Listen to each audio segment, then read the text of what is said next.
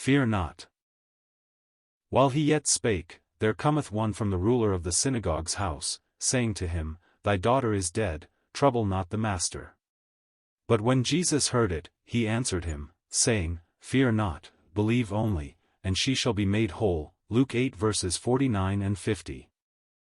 One can realize the anxiety of Jairus, the ruler of the synagogue. There lay his only child dying, with the precious moments inexorably ticking away.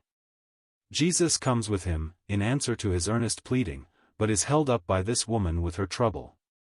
Not only so, but now Jesus, apparently quite needlessly, in Jairus' judgment, tarries to ask who it is that touched him. And all this while the procession is stopped, while the woman is discovered, and while at length she tells her story in detail. It requires no imagination to picture to oneself the poor father's increasing agitation.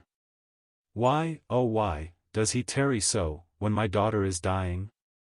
He can always heal this sick woman, she is not in a serious condition, but my daughter must have immediate help, or it will be too late.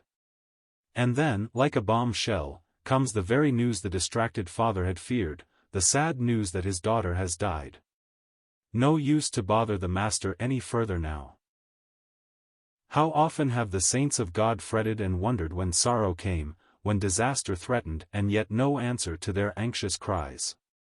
Why does he tarry when we need him so desperately? Oh, hearken to those sweet words from the Saviour's lips, Fear not, believe only, and she shall be made whole.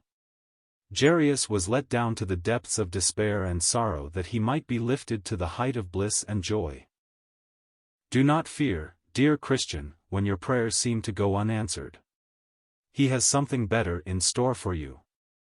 Oftentimes someone far less in need than you are gets his prayer answered soon, but you wait and wait.